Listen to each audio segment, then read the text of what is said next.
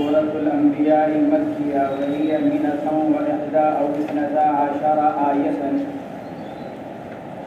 سورة الأنبیاء مکیہ سورت ہے اور اس کے اندر 111 یا 112 آیتیں ہیں. بتلایا تھا کہ آیتوں کے اندر جو اختلاف ہوتا ہے وہ اس وجہ سے کہ بعض حضرات کسی ایک جملے کو ایک آیت قرار دیتے ہیں اور بعض حضرات کسی ایک جملے کو 2 آیت قرار دے دیتے ہیں. چنانچہ اس سورت کے اندر بھی ایک آیت جس کو حضرت ابراہیم علیہ نبینا علیہ الصلوۃ والسلام کے واقعہ کے اندر بیان کیا گیا. حضرت ابراہیم علیہ الصلوۃ والسلام نے فرمایا تھا افتعبدون من دون اللہ ما لا ينفعكم شيئا ولا يضركم اف لكم ولما تعبدون من دون اللہ افلا تعقلون. اس کے بارے میں حضرات علماء کرام کا اختلاف ہے کہ یہ ایک آیت ہے یا 2 آیت. اس پورے جملے کو جس نے ایک آیت قرار دیا اس نے کہا کہ آیات کی تعداد 111 ہے اور جس نے یوں کہا کہ ما لا ينفعكم شيئا ولا يضركم یہاں ایک آیت پوری ہو گئی. اور اف لکم ولما تعبدون من دون اللہ افلا تعقلون یہ دوسری آیت ہے. ان حضرات کے نزدیک آیات کی تعداد 112 ہے. تو سورۃ الانبیاء یا مکہ مکرمہ میں نازل ہوئی اور مکہ مکرمہ میں نزول کے اعتبار سے یہ آخری دور کی صورتوں میں سے ایک صورت ہے. جو مکہ مکرمہ کے قیام میں جو آخری دور میں جو صورتیں نازل ہوئی سورۃ الانبیاء بھی انہی میں سے ایک صورت ہے. اور اس صورت کا نام سورۃ الانبیاء اس لیے رکھا گیا کیونکہ اس میں حضرات انبیاء کرام کے واقعات کو بیان کیا گیا. چنانچہ متعدد انبیاء کرام کے واقعات اللہ تبارک و تعالی نے اس صورت کے اندر کچھ اجمالی اور کچھ تفصیلی بیان فرمائے. اقترب قرب للناس اہل مکہ منکر البعث حسابهم یوم القیامۃ وهم فی غفلۃ عنہ معرضون. قریب ہو گیا ہے لوگوں کا یعنی اہل مکہ کا جو قیامت کا انکار کرنے والے ہیں. اقترب للناس، للناس ایک عام لفظ تھا، صاحب جلالین نے اس کو خاص کیا اہل مکہ کہہ کر، یعنی یہ بتانے کے لیے کہ اگرچہ لفظ عام ہے لیکن اس کی مراد خاص ہے کہ اس سے مراد اہل مکہ، اس لیے کہ اہل مکہ قیامت کا انکار کرنے والے تھے. منکر البعث حسابهم یوم القیامت، قریب ہو گیا ہے لوگوں کا یعنی اہل مکہ کا حساب یعنی قیامت کا دن. اور حال یہ ہے کہ وہ قیامت کے دن کی طرف سے غفلت میں اعراض کرنے والے ہیں. حسابهم یوم القیامت، لوگوں کا حساب قریب ہو چکا ہے. صاحب جلالین نے اس کی تفسیر کی قیامت کے دن سے. تو کیا قیامت کا دن قریب ہے اور قرب کس اعتبار سے بیان کیا گیا؟ بعض مفسرین نے لکھا ہے کہ قرب جو بیان کیا گیا وہ اس اعتبار سے کہ ایک زمانہ وہ ہے دنیا کے اوپر جو گزر چکا ہے اور ایک زمانہ وہ ہے جو ابھی آنے والا ہے. تو آنے والا زمانہ گزرے ہوئے زمانے کے مقابلے میں بہت کم رہ گیا. گزرا ہوا زمانہ بہت زیادہ ہو چکا ہے اور باقی جو زمانہ ہے وہ کم ہے. تو اس کے اعتبار سے قیامت کو قریب کہا گیا کیونکہ زیادہ زمانہ گزر چکا ہے اور کم زمانہ باقی رہ گیا. اس قرب اس کے اعتبار سے یعنی زمانے کے قلیل ہونے کے اعتبار سے، مستقبل کے زمانے کے قلیل ہونے کے اعتبار سے اس کو قریب قرار دیا گیا. دوسرا جواب اس کا یہ دیا گیا کہ ہر آنے والی چیز کو قریب کہا جاتا ہے اس لیے کہ جو چیز آتی رہتی ہے وہ قریب ہوتی رہتی ہے. جب آدمی چلتا ہے، مثال کے طور پر ایک آدمی کو دلی جانا ہے، اب ایک آدمی دلی کی طرف جب چلا تو جیسے جیسے چلتا چلا جائے گا دلی قریب ہوتی چلی جائے گی. تو چونکہ ہر آنے والی چیز قریب ہے اس لیے قیامت کو قریب قرار دیا گیا. اور تیسرا جواب یہ دیا گیا کہ یہ قرب اللہ کے اعتبار سے ہے. چنانچہ اللہ نے قیامت ہی کے بارے میں قرآن پاک میں دوسری جگہ ارشاد فرمایا کہ انہم یرونہ بعیدا ونراہ قریبا، لوگ قیامت کو بعید خیال کرتے ہیں حالانکہ ہم اس کو بہت قریب دیکھ رہے ہیں. تو یہ قرب جو بیان کیا گیا یہ اللہ تبارک و تعالیٰ نے اپنے اعتبار سے قرب کو بیان فرمایا. حسابهم یوم القیامت، مصنف نے حساب کو خاص کیا قیامت کے دن کے ساتھ، تو اس کے اعتبار سے تو یہ جواب دیے گئے کہ پھر قرب کس اعتبار سے ہے؟ اور اگر حساب کو عام رکھا جائے جس کے اندر قبر کا حساب بھی شامل ہو جائے تو پھر یہ اپنے ظاہر پر ہے کہ کیوں؟ اس لیے کہ ہر انسان کو مرنے کے فوراً بعد قبر میں اپنا حساب دینا ہوتا ہے، اور ہر آدمی جب مرنے کے فوراً بعد حساب دے گا تو ہر آدمی کی موت قریب ہے، کیونکہ کچھ معلوم نہیں ہے کس وقت آدمی مر جائے، کسی کی کتنی ہی عمر ہو جائے، چونکہ اس کی موت بہت قریب ہے، کس منٹ اس کی موت آ جائے کچھ معلوم نہیں۔ تو اس اعتبار سے اگر دیکھا جائے حساب کو مراد لیا جائے کہ حساب سے مراد عام جو حساب قبر کو بھی شامل ہے، جو ہر انسان کو مرنے کے فوراً بعد دینا ہوتا ہے، اس لیے ہر شخص کی موت کو اس شخص کی شخصی قیامت سے تعبیر کیا گیا۔ من مات فقد قامت قیامتہ، جو آدمی مر گیا تو اس کی قیامت تو قائم ہو گئی، اس اعتبار سے کہ قبر میں جا کر حساب دینے کے اعتبار سے۔ اگر حساب کو عام رکھا جائے تو پھر قیامت کا یعنی حساب کا قریب ہونا بالکل ظاہر ہے، کیونکہ ہر ایک اپنی موت کے بالکل قریب ہے۔ وَهُمْ فِي غَفْلَةٍ عَنْهُ مُعْرِضُونَ، اور حال یہ ہے کہ یہ لوگ فی غفلۃ خبر اول اور معرضون خبر ثانی، اور حال یہ ہے کہ وہ لوگ اپنی غفلت میں قیامت کے دن سے اعراض کرنے والے ہیں۔ مطلق غفلت یہ تو ہر انسان کے اندر پائی جاتی ہے، خواہ کوئی کتنا ہی سچا پکا مسلمان کیوں نہ ہو، بہرحال کسی نہ کسی وقت میں غفلت تو ہو ہی جاتی ہے، تو وہ غفلت قابل مواخذہ نہیں، ہاں وہ غفلت قابل مواخذہ ہے جو اعراض کے ساتھ ہو۔ اس لیے فرمایا وَهُمْ فِي غَفْلَةٍ عَنْهُ مُعْرِضُونَ، غفلت میں پڑنے کے ساتھ ساتھ قیامت کے دن سے اعراض کرنے والے، یعنی اس پر ایمان نہ لانے والے، اس کو تسلیم نہ کرنے والے، عن التأہب لہ بالایمان، یعنی اس کی تیاری کرنے سے، ایمان لا کر اس کی تیاری کرنے سے اعراض کرنے والے۔ ما یاتیہم من ذکر من ربہم محدث شیئا فشیئا ای لفظ قرآن الا استمعوه وهم یلعبون یستہزئون، نہیں آتی ہے ان لوگوں کے پاس یا نہیں آتا ہے ان لوگوں کے پاس ان کے رب کی طرف سے کوئی نیا تذکرہ، کوئی نئی آیت۔ محدث سے مراد نیا، قرآن پاک۔ ما یاتیہم من ذکر، ذکر سے مراد قرآن پاک، نہیں آتا ہے ان لوگوں کے پاس ان کے رب کی طرف سے کوئی نیا ذکر، مگر سنتے ہیں اس کو اس حال میں کہ اس کا مذاق بنا لیتے ہیں۔ جب قرآن پاک کی کوئی آیت نازل ہوتی ہے تو یہ لوگ اس کو سنتے ہیں، لیکن سنتے ہیں اس حال میں کہ اس کو مذاق اور کھیل بنا دیتے ہیں۔ قرآن نے کہا ما یاتیہم من ذکر من ربہم محدث، محدث نہیں بمعنی حادث، محدث کے معنی حادث کے، تو آیت شریفہ سے معلوم ہوا کہ قرآن پاک حادث ہے۔ اگر قرآن پاک حادث ہے تو پھر مخلوق ہوا، جو اہل حق کے نظریے کے اور مسلک کے بالکل خلاف، اس لیے کہ اہل سنت والجماعت کا مسلک یہ ہے کہ قرآن پاک غیر مخلوق اور حادث نہیں ہے، غیر مخلوق ہے اور حادث نہیں ہے، بلکہ قرآن پاک غیر مخلوق اور قدیم ہے، اس لیے کہ قرآن اللہ کی صفت ہے، اور جس طرح اللہ کی ذات عالی قدیم ہے اسی طرح اس کی صفات بھی قدیم ہے۔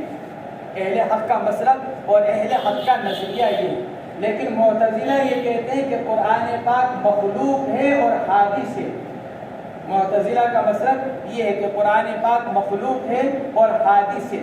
جس وقت معتزلہ نے اس مسلک کو اپنایا تو اس وقت کے جو اہل حکومت تھے ان کی پشت پناہی فرقہ معتزلہ کو حاصل تھی، اور ان کی پشت پناہی اور ان کے تعاون کی وجہ سے معتزلہ کے نظریے کو بہت زیادہ فروغ اور قوت ملی، حکومت کی پشت پناہی کی وجہ سے۔ چنانچہ مامون رشید کے زمانے میں یہ فتنہ شروع ہوا، مامون رشید کے زمانے میں یہ خلق قرآن پاک کا فتنہ شروع ہوا، اور معتصم باللہ اور اس کے بعد واثق باللہ، ان دونوں بادشاہوں کے زمانے میں یہ فتنہ خوب بڑھا۔ واثق باللہ اور معتصم باللہ، ان دونوں بادشاہوں کے زمانے میں یہ فتنہ بہت بڑا، لیکن پھر حضرت امام احمد بن حنبل رحمہ اللہ کی استقامت اور ان کی جرأت مندی کے بدولت اللہ تبارک و تعالیٰ نے اس فتنے کو متوکل باللہ کے زمانے میں ختم فرمایا، اور متوکل باللہ نے باقاعدہ سرکاری طور پر یہ اعلان کروایا کہ یہ نظریہ بالکل غلط ہے، اور صحیح نظریہ یہ ہے کہ قرآن پاک غیر مخلوق اور غیر حادث ہے۔ قرآن پاک مخلوق نہیں ہے اور حادث نہیں ہے۔ یہ متوکل باللہ نے سرکاری طور پر باقاعدہ اس بات کا اعلان کرایا کہ معتزلہ کا یہ نظریہ بالکل غلط ہے، اور صحیح نظریہ اور صحیح مسلک یہ ہے۔ علامہ زمخشری رحمہ اللہ عقیدتاً معتزلی ہیں، بڑے عالم ہیں، لیکن عقیدے کے اعتبار سے معتزلی ہیں، اور ان کی تفسیر مشہور ہے، تفسیر کشاف۔ اس جگہ انہوں نے خوب اہل حق کے خلاف لکھا، اور یہ لکھا کہ اہل حق یعنی علماء یہ کہتے ہیں کہ قرآن پاک قدیم ہے، حالانکہ خود قرآن پاک اپنے بارے میں کہتا ہے کہ محدث یعنی حادث ہے۔ لوگ کہتے ہیں کہ قرآن پاک قدیم ہے، اور خود قرآن پاک اپنے بارے میں کہتا ہے کہ وہ محدث یعنی حادث ہے۔ اور یہ آیات شریفہ انہی دلائل میں سے جن سے معتزلہ نے استدلال کیا قرآن پاک کے حادث ہونے پر۔ اہل حق کی طرف سے اس کا جواب یہ دیا گیا کہ دو چیزیں ہیں، ایک ہے کلام لفظی، دوسرے ہے کلام نفسی۔ دوسرے لفظوں میں کہا جائے کہ ایک ہے تلاوت، دوسرا ہے مطلوع۔ تلاوت جو میں پڑھ رہا ہوں، مطلوع جس کو پڑھا جا رہا ہے، جیسے اقترب للناس حسابهم وهم فی غفلۃ معرضون، ایک ہوا میرا اس آیت کو پڑھنا، تو میرے زبان سے جو حروف نکل رہے ہیں یعنی جو میں تلاوت کر رہا ہوں یہ ہے حادث، کیونکہ میری زبان سے الفاظ نکل رہے ہیں اور میں حادث ہوں، میری زبان حادث ہے، میری زبان سے نکلنے والے الفاظ حادث ہیں۔ لیکن ایک وہ جس کو میں پڑھ رہا ہوں، جو پڑھا جا رہا ہے، جو پڑھا جا رہا ہے وہ قدیم ہے۔ میرا پڑھنا حادث ہے، میرا لکھنا حادث ہے، لیکن جس کو پڑھا جا رہا ہے یا جس قرآن پاک کی آیت کو لکھا جا رہا ہے وہ قدیم ہے۔ تو جب یوں کہا جاتا ہے کہ کلام اللہ غیر مخلوق، تو کس اعتبار سے؟ اس اعتبار سے، اور ہمارے پڑھنے کے اعتبار سے، ہمارے لکھنے کے اعتبار سے کلام اللہ کیا ہے؟ کہ حادث، یعنی ہم جو بول رہے ہیں، ہم جو پڑھ رہے ہیں، یہ تلاوت حادث ہے، تلاوت حادث ہے، اور مطلوع قدیم یعنی غیر حادث، غیر مخلوق۔ کہ کیوں؟ اس لیے کہ وہ مطلوع جس کو پڑھا جا رہا ہے وہ اللہ کی ذات عالی سے نکل کر آیا۔ اسی کو دوسرے لفظوں میں کہا گیا کلام نفسی، جو اللہ کی ذات عالی سے نکل کر آیا، اور جو چیز اللہ کی ذات عالی سے نکل کر آتی ہے وہ حادث نہیں ہو سکتی، کیونکہ اللہ قدیم ہے۔ تو اللہ کی ذات سے جو نکلے گا وہ بھی قدیم ہوگا۔ انسان حادث ہے، لہٰذا انسان کے اندر سے جو نکلے گا وہ بھی حادث ہوگا۔ لہٰذا انسان جب تلاوت کرے گا تو اس کی تلاوت حادث ہوگی، لیکن جس چیز کی تلاوت کی جا رہی ہے وہ، کیونکہ وہ اللہ کی صفت ہے، اللہ کے اندر سے نکلا ہوا، لہٰذا اس کو قدیم کہا گیا ہے۔ تو اس کا جواب یہ دیا گیا کہ تلاوت اور مطلوع کے اعتبار سے فرق ہے۔ اسی لیے یہ کہا گیا کہ یہاں پر محدث بمعنی حادث نہیں، یہاں پر محدث بمعنی حادث نہیں، بلکہ یہاں محدث کے معنی ہے تازہ، تھوڑا تھوڑا۔ چنانچہ ساحل جلالی بھی فرماتے ہیں محدث اے شیئن فشیئن، تھوڑا تھوڑا، اے لفظ قرآنی، یہ لفظ قرآن جو بڑھایا ہے کس وجہ سے؟ اسی طرف اشارہ کرنے کے لیے قرآن پاک کے جو الفاظ جو انسان زبان سے نکال رہا ہے وہ تو محدث ہیں، لیکن خود بنفس قرآن وہ قدیم ہے، کیونکہ وہ اللہ کی ذات عالی سے نکلا ہوا ہے۔ چونکہ اعتراض پیدا ہوتا ہے کہ قرآن کو محدث کیوں کر قرار دے دیا گیا؟ حالانکہ قرآن تو اہل سنت والجماعت کے نظریے کے اعتبار سے قدیم ہے۔ تو مصنف نے اس کا جواب دینے کے لیے فرمایا کہ محدث جو کہا جا رہا ہے یہ پڑھنے کے اعتبار سے الفاظ قرآنیہ کو کہا جا رہا ہے جو انسان الفاظ پڑھ رہا ہے۔ شیئن فشیئن اے لفظ قرآن، اس لیے بہتر یہ تھا کہ یوں کہا جاتا ما یاتیہم من ذکر محدث اے محدث تنزیلہ، اپنے تنزیل کے اعتبار سے محدث، کیونکہ وہ تھوڑا تھوڑا کر کر نازل ہو رہا ہے، تو قرآن تنزیل کے اعتبار سے محدث ہے، اپنی ذات کے اعتبار سے محدث بمعنی حادث نہیں، اور چونکہ وہ تھوڑا تھوڑا نازل ہو رہا ہے اس لیے اس اعتبار سے اس کو محدث کہا گیا۔ الا استمعوہ، نہیں سنتے ہیں وہ اس قرآن پاک کو، مگر حال یہ ہے کہ وہ اس کو کھیل اور مذاق بنا لیتے ہیں۔ وہم یلعبون، واو حالیہ، حال یہ ہے کہ وہ اس کو کھیل اور مذاق بنا لیتے ہیں، اور حال ہے یہ استمعوا کی ضمیر سے۔ لاہیۃ غافلۃ قلوبہم عن معناہ واسروا النجوى الکلام، غفلت میں پڑے ہوئے ہیں ان لوگوں کے دل، لاہیتن اس میں فاعل اور قلوبہم اس کا مفعول، قلوبہم اس کا فاعل، لاہیتن اس میں فاعل کا فاعل قلوبہم، لاہیتن یہ بھی حال ہے، لاہیتن اس حال میں کہ غفلت میں پڑے ہوئے ہیں ان کے دل قرآن پاک کے معنی سے، ان معنی الفاظ کو تو سنتے ہیں لیکن اس کے اندر غور و فکر نہیں کرتے، تدبر سے کام نہیں لیتے، کیونکہ قرآن پاک تو کافر بھی سنتے تھے، قرآن پاک تو منافق بھی سنتے تھے، لیکن سن کر جو اس کا اصل یعنی اس کے اندر غور و فکر کرنا، اس پر ایمان لانا، یہ لوگ ان کے دل اس کی طرف سے غفلت میں پڑے ہوئے ہیں۔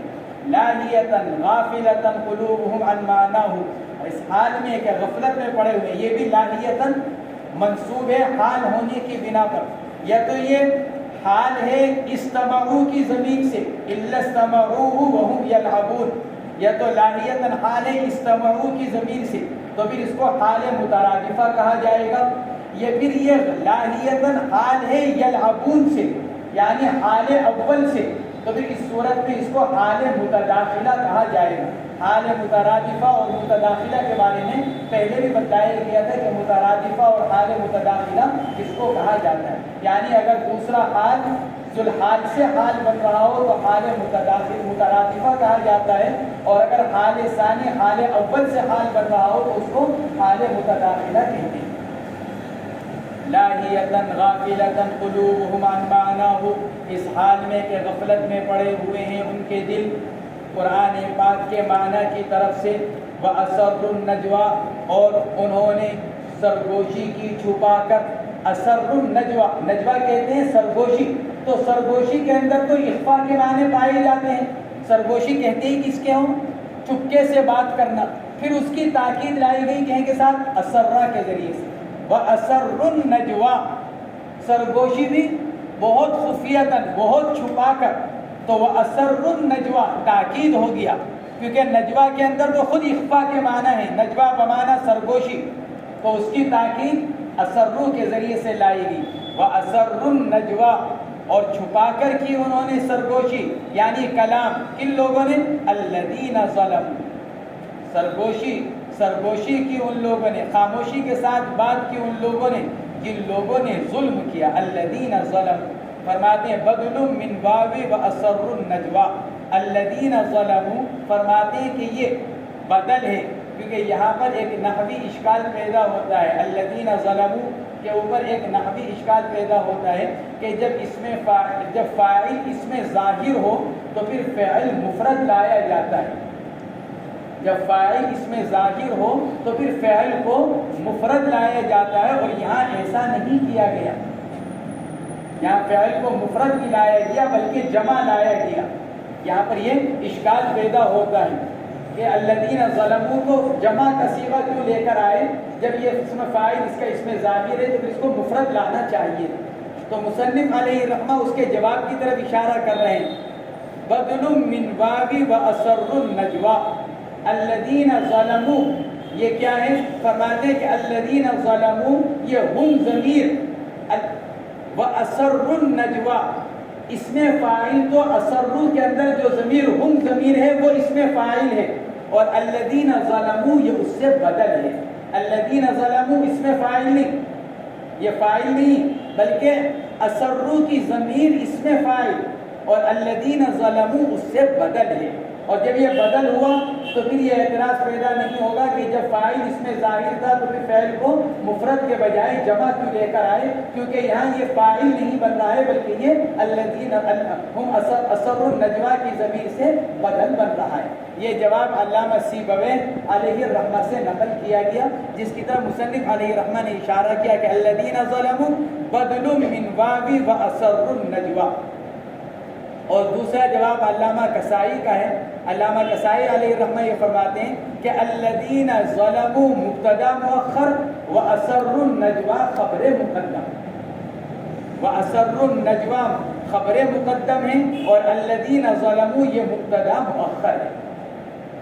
اور تیسرا جواب یہ دیا گیا کہ الذین ظلموا اقترب للناس میں جو الناس ہے اس کا بدل ہے۔ اقترب للناس لوگوں کا حساب قریب آ گیا۔ کون لوگ؟ الذین ظلموا، وہ لوگ جنہوں نے ظلم کیا۔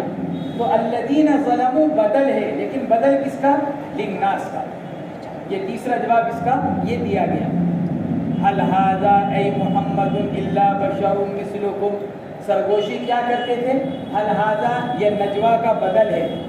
اس کی تفسیر انہوں نے چھپا کر سرگوشی کی۔ کیا سرگوشی کی؟ یہ کہا نہیں ہے یہ محمد مگر تمہارے ہی جیسا ایک انسان۔ حل نافی ہے، نفی کے معنی میں۔ حل هذا الا بشر مثلکم، نہیں ہے یہ مگر تمہارے ہی جیسا انسان۔ حل نفی کے لیے اور الا اس بات کے لیے، جب نفی اور اس بات دونوں مل جائیں تو پھر حصر کا فائدہ دیتے ہیں۔ ارے بھائی تمہارے ہی جیسا ہمارا انسان تو ہے، تو کیا اپنے ہی جیسے انسان کا اتباع کرو گے؟ الا بشر مثلکم فما یاتی بہ سحر، لہذا جو کچھ یہ بیان کر رہا ہے بول رہا ہے وہ تو جادو ہے۔ افتاتون السحر ای تتبعونہ وتقبلونہ، ارے کیا تم جادو کو قبول کرو گے، جادو کا اتباع کرو گے؟ وانتم تبصرون تعلمون انہ سحر، حالانکہ تم جانتے ہو کہ وہ سحر اور جادو ہے۔ کیا تم جانتے بوجھتے ایک ساحر کا اتباع کرو گے؟ کیا تم جانتے بوجھتے ایک ساحر کی بات کو قبول کرو گے؟ یہ انہوں نے آپس میں سرگوشی کی۔ قرآن پاک کا طریقہ یہ ہے کہ وہ صحیح بات، درست بات کہنا فوراً کہتا ہے، چاہے اس کو درمیان میں سلسلہ کلام کو روکنا پڑے۔ تو آگے پھر کفار کا مقولہ اللہ تبارک و تعالیٰ نقل کر رہے ہیں، لیکن درمیان میں فوراً ان کی بات کی تردید کے لیے مصنف نے فرمایا قل لہم ربی یعلم القول، قل یہاں امر کا صیغہ، اور امام حفص وغیرہ کی جو قرات ہے وہ ہے ماضی کا صیغہ، قال ربی، قال اور اس کا فاعل رسول، کہ فرمایا رسول نے، اور یہاں پر دوسری قرات امر کے صیغے کے ساتھ قل لہم، نبی کہہ دیجئے ان کفار مکہ سے، ربی یعلم القول، میرا رب ہر کہی ہوئی بات کو جانتا ہے، کائناً فی السماء والارض، گویا کہ کائناً لا کر یہ بتلا دیا کہ یہ فی السماء والارض یہ حال کے معنی میں جانتا ہے میرا رب ہر بات کو، اس حال میں کہ وہ آسمان میں کہی گئی ہو یا زمین میں، کہیں پر کوئی بات کہی جائے اللہ ہر کہی ہوئی بات کو جانتا ہے، کتنا ہی چھپا کر اس بات کو کہا جائے۔ قل، اور اگر قالا کے معنی ہے تو پھر فرمایا رسول نے، ضمیر لوٹے گی رسول کی طرف، فاعل رسول، فرمایا رسول نے میرا رب جانتا ہے ہر آسمان اور زمین میں کہی ہوئی ہر بات کو، وَهُوَ السَّمِيعُ لِمَا أَسَرُّوهُ الْعَلِيمُ بِهِ، اور وہ سننے والا ہے اس بات کو جس کو انہوں نے چھپا کر کہا، العلیم بھی، اور اس بات کو جاننے والا ہے، سننے والا بھی ہے اور جاننے والا بھی ہے۔ یہ قرآن نے فوراً اس کا جواب دیا۔ پھر آگے پھر کفار کی بات کو نقل کر رہے ہیں، سرگوشی کرتے ہوئے کیا کہتے تھے؟ بل للانتقال من غرض الى آخر في المواضع الثلاثہ، فرماتے ہیں اگلی آیت شریفہ کے اندر 3 جگہ بل استعمال کیا گیا. بل قالوا اضغاث احلام بل افتراہ بل هو شاعر. 3 جگہ بل استعمال کیا گیا. فرماتے ہیں کہ بل جو لایا گیا ہے وہ ایک کلام سے دوسرے کلام کی طرف منتقل ہونے کے لیے، تغلیب کے لیے نہیں. یہ نہیں پہلے ایک بات کہی پھر اس کو غلط قرار دے کر دوسری بات، پھر دوسری کو غلط قرار دے کر تیسری بات، یہ نہیں، بلکہ اپنے ایک جملے سے دوسرے جملے کی طرف منتقل ہونے کے لیے، ایک بات سے دوسری بات کی طرف منتقل ہونے کے لیے. لہذا کسی نے یہ بات کہی، کسی نے یہ بات کہی، کسی نے یا شروع میں یوں کہا، پھر درمیان میں یوں کہا، پھر آخر میں اس پر متفق ہو گئے. بل قالوا اضغاث احلام، بلکہ کہا ان لوگوں نے، بل فرماتے کہ یہ ایک غرض سے دوسرے غرض کی طرف منتقل ہونے کے لیے تینوں جگہوں میں. بل قالوا فيما اتى به من القرآن، بلکہ کہا ان لوگوں نے اس بارے میں جو نبی قرآن لے کر آئے، ہوا اضغاث احلام. اضغاث جمع دغسن کی، دغسن کے معنی آتے ہیں مٹھا بھر سینگ. جھاڑو کی سینگیں ہوتی ہیں، آدمی ان کا مٹھا بناتا ہے تو اس مٹھا بھر سینگوں کو دغس کہا جاتا ہے. یا لکڑیوں کا گٹھا بنایا جاتا ہے، رسی کے اندر باندھا جاتا ہے بہت ساری لکڑیوں کو، تو اس گٹھڑ کو دغس کہا جاتا ہے. چونکہ اس مٹھے کے اندر جو سینگیں ہیں یا گٹھڑ کے اندر لکڑیاں ہیں، چونکہ اس کے اندر اچھی بری دونوں طرح کی ہوتی ہیں، اچھی بری دونوں طرح کی ہوتی ہیں. احلام جمع حلم کی یا حلم کی، اس کے معنی آتے ہیں خواب کے. تو اضغاث احلام، اضغاث احلام ان خوابوں کو کہا جاتا ہے جن میں کچھ نفسانی یا شیطانی خیالات ملے ہوئے ہوں. اس لیے یہاں پر اضغاث احلام کا ترجمہ کیا گیا پریشان کن خواب، خیالات، پریشان کن خیالات اور خواب. بل قالوا اضغاث احلام، بلکہ کہا انہوں نے یہ تو اس کے کچھ پریشان کن حالات، خیالات یا خواب ہیں. کچھ بات بنا لیتے ہیں، کچھ خواب نظر آ جاتا ہے. اضغاث احلام، احلام اخلاق، اخلاق یہ جو تفسیر کر رہے ہیں مصنف یہ اضغاث کی کر رہے ہیں، احلام کی نہیں. اضغاث کی تفسیر ہے احلام، اس لیے بہتر یہ تھا کہ احلام کو، اخلاق کو احلام سے پہلے لے کر آتے. ہوا اضغاث اخلاق احلام، کیونکہ اخلاق جو ہے وہ اضغاث کی تفسیر ہے. رآہا فی النوم، کچھ خیالات ہیں جن کو یہ دیکھ لیتا ہے خواب کے اندر. بل افتراہ اختلقہ، بلکہ خیال ایسا ہے کہ اس نے اس کو اپنی طرف سے بنا لیا اور اپنی طرف سے گڑھ کر اللہ کی طرف منسوب کر دیا. بل ہوا شاعر فما اتی به شعر، بلکہ ایسا لگتا ہے کہ اس کے یہ شاعر ہے، یعنی جس طرح شاعر کے خیالات ہوتے ہیں جو حقیقت کے خلاف ہوتے ہیں. شاعر کے پاس کیا ہوتا ہے؟ صرف الفاظ، تمثیلات، تخیلات. اس لیے شاعروں کے باتوں کے اندر ستاروں کی باتیں، چاند سورج کی باتیں، کسی کو کسی سے تشبیہ دے دی، کسی کو کسی سے، تو یہ ان کے خیالات صرف الفاظ ہوتے ہیں، حقیقت نہیں. یہ مطلب، ورنہ حضور پاک علیہ السلام جو بیان کرتے تھے تو وہ شاعر تو ہوتے نہیں تھے. یہ قرآن پاک کوئی شاعر کے اوپر فٹ تو بند اترتے نہیں. شعر کے اندر تو بہت ساری چیزیں ہوتی ہیں، قافیہ وغیرہ ہوتا ہے، سب کچھ ہوتا ہے. تو بل ہوا شاعر، بلکہ یہ شاعر لگتا ہے، یعنی اس طرح شاعر اپنے تخیلات سے کلام بناتا ہے، اسی طرح اس نے بھی اپنے تخیلات سے اور اپنے خیالات سے کلام بنا لیا. فَلْيَأْتِنَا بِآيَةٍ كَمَا أُرْسِلَ الْأَوَّلُونَ، یہاں پر شرط محذوف ہے. فَلْيَأْتِنَا بِآيَةٍ، شرط محذوف کا جواب ہے یہ. فَلْيَأْتِنَا شرط محذوف کا جواب، اور شرط محذوف کیا؟ وَإِن لَّمْ يَكُن كَمَا قُلْنَا. اچھا اگر یہ ایسا نہیں ہے جیسا کہ ہم سمجھتے ہیں، یعنی شاعر نہیں ہے، ساحر نہیں ہے، تو پھر فَلْيَأْتِنَا بِآيَةٍ، اگر واقعاتاً رسول ہے جیسا کہ اپنے بارے میں کہتا ہے، اگر ایسا نہیں ہے جیسا ہم کہہ رہے ہیں بلکہ کیسا ہے؟ جیسا خود کہہ رہا ہے، تو فَلْيَأْتِنَا بِآيَةٍ، تو پھر لائے ہمارے پاس کوئی بڑا معجزہ. آیت کے اندر تنوین تعظیم کے لیے، فَلْيَأْتِنَا بِآيَةٍ، لائے پھر ہمارے پاس کوئی بڑا معجزہ. کیسا؟ كَمَا أُرْسِلَ الْأَوَّلُونَ، جیسا کہ پہلے نبیوں کو بڑے بڑے معجزے دیے گئے، جیسے کالناقۃ والعصا والید، جیسے حضرت صالح علیہ السلام کو اونٹنی کا معجزہ، اور حضرت موسیٰ علیہ السلام کو عصا اور ید بیضاء کا معجزہ۔ اس طرح ان انبیاء کرام کو یہ بڑے بڑے معجزے دیے گئے، اسی طرح ہمارے لیے بھی کوئی بڑا معجزہ لے کر آئے۔ اللہ تبارک و تعالیٰ نے فرمایا، دیکھو ہمارا قاعدہ یہ رہا ہے کہ جب مطالبے پر کوئی معجزہ دیا جاتا ہے تو پھر ایمان نہ لانے کی صورت میں عذاب لا کر جڑ سے قوم کو ختم کر دیا جاتا ہے۔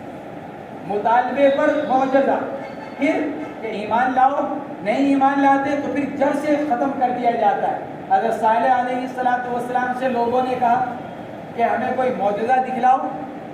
حضرت صالح علیہ السلام ایک مرتبہ اپنی قوم کے ساتھ تھے، بتوں کی عبادت کر رہے تھے۔ حضرت صالح نے کہا ذرا اپنے بتوں سے کچھ دلوا کر تو دکھلاؤ، ذرا مانگیے ذرا ان سے، ذرا کوئی چیز دے دیں۔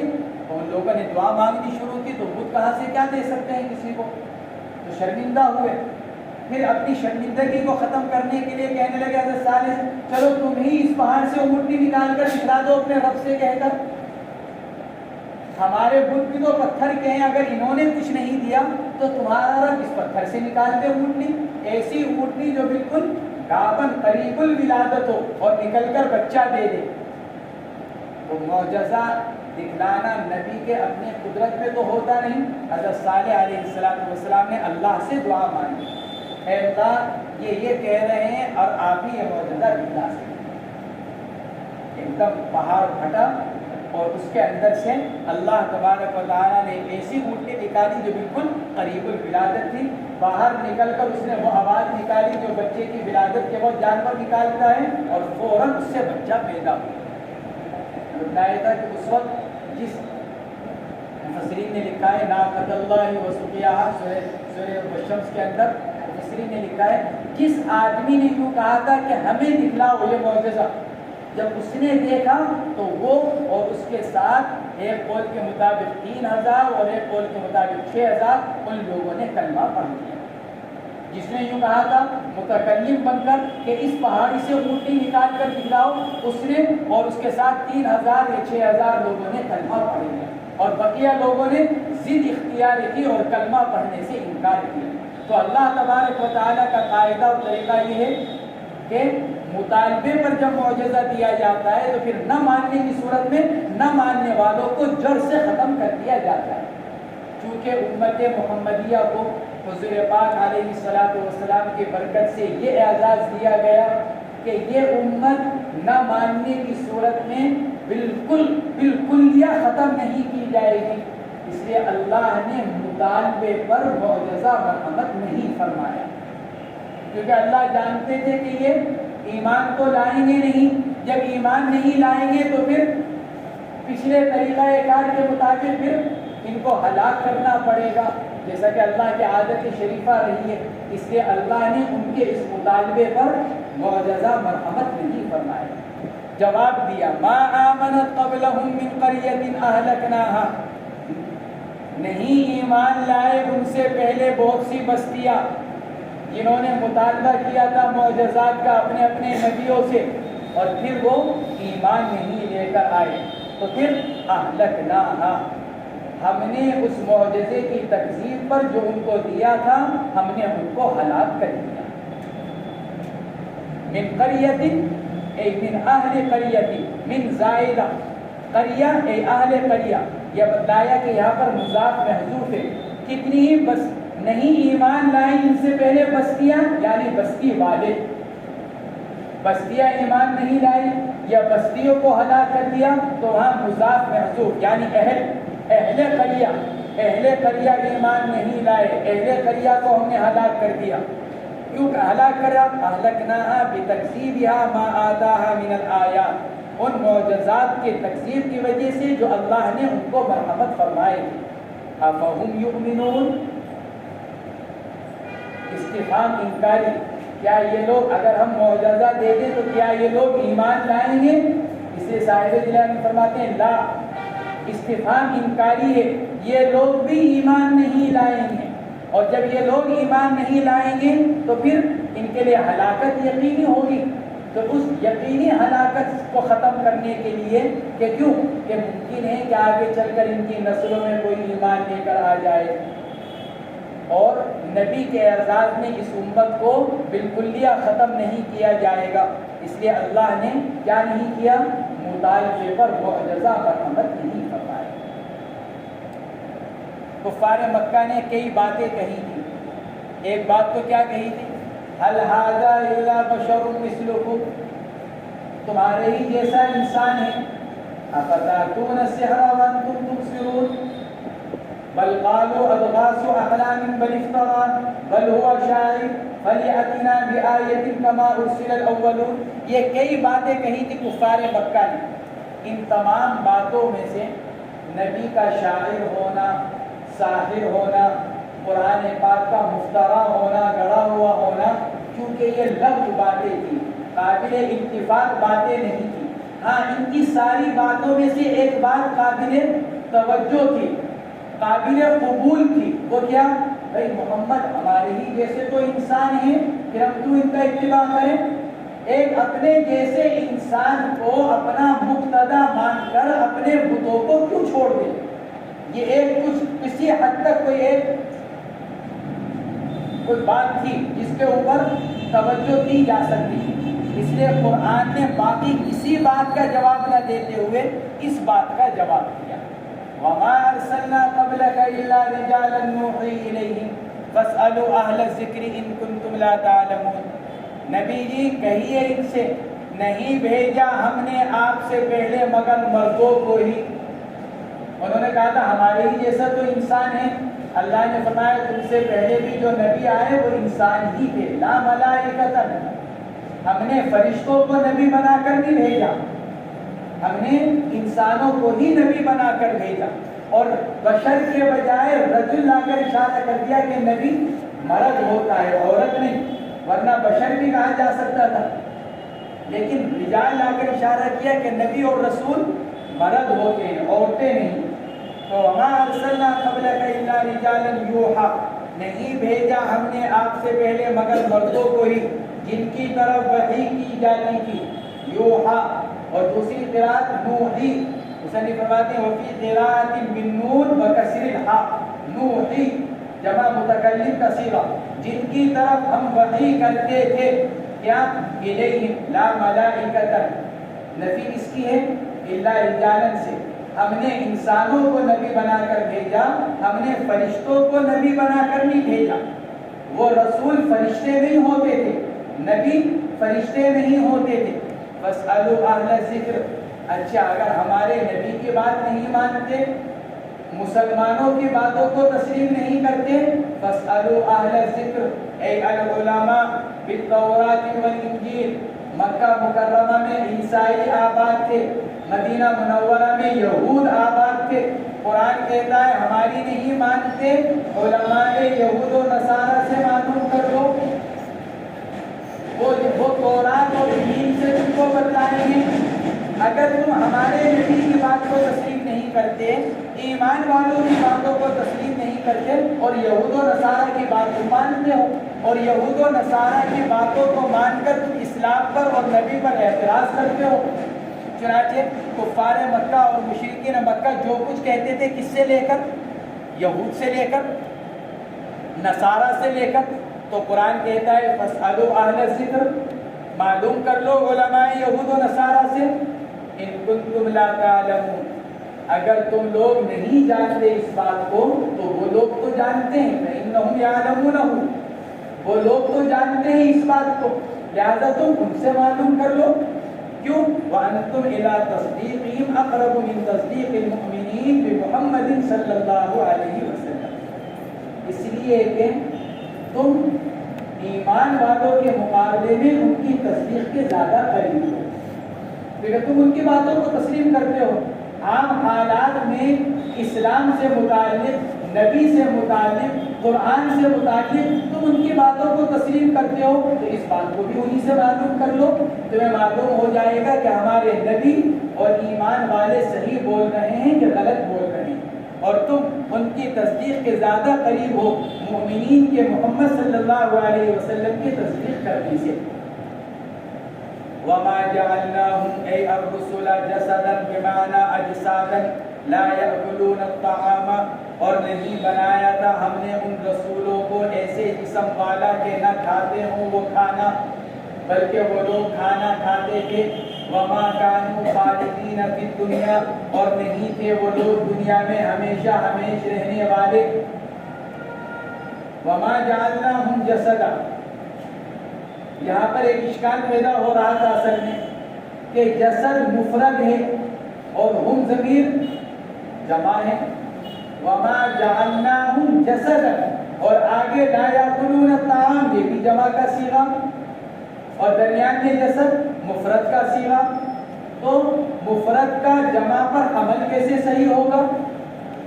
تو اس اعتراض کو ختم کرنے کے لیے صاحب جلالین فرماتے ہیں کہ جسد جنس ہے جو جمع کے معنی کو شامل ہے۔ جسد مفرد نہیں بلکہ جسد جنس جو جمع کے معنی کو بھی شامل ہے۔ علامہ زمخشری فرماتے ہیں کہ دوسرا جواب دیتے ہوئے کہ جسد سے پہلے مضاف محذوف ہے، جسد ہے تو مفرد کا صیغہ لیکن اس سے پہلے مضاف محذوف ہے۔ تقدیر عبارت ہے وما جعلناہم ذوی جسد، ہم نے نہیں بنایا ان رسولوں کو جسم والا، یہاں مضاف محذوف ہے۔ تو جسدن بمعنی اجساد، لا یاکلون الطعام، نہیں کھاتے تھے کہ نہ کھاتے ہوں وہ کھانا، بل یاکلون، بلکہ وہ لوگ کھانا کھاتے تھے، اور نہیں تھے وہ لوگ دنیا میں ہمیشہ ہمیش رہنے والے۔ پھر کیا ہوا؟ ثم صدقناہم الوعد بانجائہم، پھر سچا کر دکھلایا ہم نے اپنے رسولوں سے وعدہ، کہنے کا وعدہ ان کو نجات دینے کا اور ان کے دشمنوں کو ہلاک کرنے کا۔ ہم نے جو وعدہ کیا تھا ہم نے اپنے وعدے کو سچا کر دکھلایا۔ فَأَنْجَيْنَاهُمْ وَمَن نَّشَاءُ، بس نجات دی ہم نے ان لوگوں کو اور ان کو جن کو ہم نے چاہا، یعنی رسولوں کو نجات دی اور ان کے ماننے والوں کو نجات دی۔ اے المصدقین لہم، یعنی ان لوگوں کو جو رسولوں کی تصدیق کرنے والے۔ چنانچہ حضور پاک علیہ السلام کے ساتھ بھی ہوا۔ اللہ کے نبی علیہ السلام مختلف جنگ پر تشریف لے گئے اور حضرات صحابہ اکرام کی جماعت آپ کے ساتھ ہوتی تھی، لیکن اس میں جتنے کبرائے صحابہ تھے،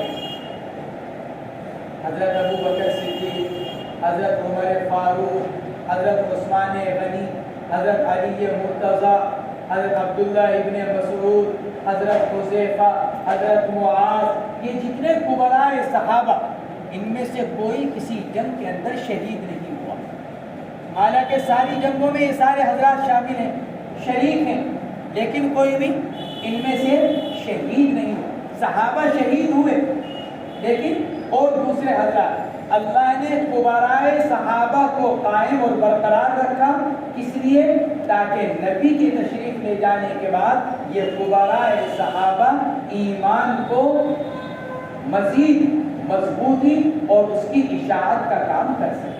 ورنہ اگر جنگوں کے اندر یہ کبرائے صحابہ شہید ہو جاتے تو پھر حضور پاک علیہ السلام کے بعد بڑے مسائل کھڑے ہوتے۔ جب ان لوگوں کے تشریف فرما ہوتے ہوئے مسائل کھڑے ہوئے، حضرت ابو بکر صدیق جن کی قدامت اور جن کی افضلیت حضرات صحابہ اکرام کے درمیان مسلم تھی کہ صحابہ اکرام یہ کہتے تھے کہ ہماری جماعت میں سب سے بڑے عالم کون؟ ابو بکر، سب سے بڑے عارف کون؟ ابو بکر۔ اس کے باوجود مسائل کھڑے ہوئے تو اللہ فرماتا ہے فَأَنْجَيْنَاهُمْ وَمَن نَّشَاءُ، رسولوں کو اور لوگوں کو جن کو ہم نے چاہا، وَأَهْلَكْنَا الْمُسْرِفِينَ، اور ہلاک کیا ہم نے حد سے نکلنے والوں کو، یعنی رسولوں کی تکذیب کرنے والوں کو۔ لَقَدْ أَنزَلْنَا إِلَيْكُمْ يَا مَعْشَرَ قُرَيْشٍ كِتَابًا فِيهِ ذِكْرُكُمْ، اور تحقیق کے اتاری ہے ہم نے تمہاری طرف اے معاشر قریش، اے قریش کی جماعت، ہم نے تمہاری طرف ایسی کتاب اتاری ہے جس میں تمہارا تذکرہ، یعنی تمہارے لیے ذکر، یا تو ذکر بمعنی تذکرہ، جس میں تمہارے لیے نصیحت ہے، تم کیوں نہیں عقل رکھتے؟ یا پھر ذکر ذکر بمعنی عزت، شرف، اور عزت عربوں کی عزت کیوں ہے؟ کیونکہ قرآن عربوں کی لغت میں نازل ہوا، خاص طور سے اہل قریش کی لغت پر قرآن پاک کا نزول ہوا، ورنہ عرب کے اندر اور بھی لغات چلتی تھی، جیسے حدیث پاک میں فرمایا گیا انزل القرآن علی سبعۃ احرف، لیکن چلی کس کی لغت؟ قریش کی۔ تو قرآن یہ کہتا ہے، صاحب جلالین نے ذکر کی تفسیر کرتے ہوئے کیا کہا؟ لأنہ بلغتکم، ہم نے ایسی کتاب نازل کی جس میں تمہارے لیے عزت ہے، شرف ہے۔ کیوں؟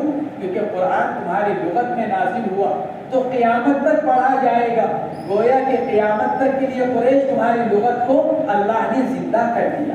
افلا تعقلون فتؤمنون به، تو تمہیں تو اس عزت کی وجہ سے تمہیں عقل کا کیا دینا چاہیے تھا؟ کہ عقل کا ثبوت دینا چاہیے تھا۔ عقل مندی یہ تھی کہ اس پر ایمان لے کر آتے، کیونکہ تمہاری لغت میں قرآن پاک کو نازل کیا گیا، اس میں تمہارے لیے عزت تھی، تو عقل کا تقاضا یہ تھا کہ تم اس کو قبول کرتے، لیکن تم نے بد عقلی کا ثبوت دیا۔ افلا تعقلون، کیا تم عقل نہیں رکھتے؟ عقل رکھتے فتؤمنون به، تو کیا کرتے؟ اس پر ایمان لے کر آتے۔ تو عقل کا تقاضا تو ایمان لانا تھا۔ معلوم ہوا کہ جو ایمان نہیں لے کر آئے وہ چاہے اپنے آپ کو کتنا ہی عقل مند تصور کرتے ہوں، لیکن اللہ کی نگاہ میں وہ لوگ بد عقل اور بے وقوف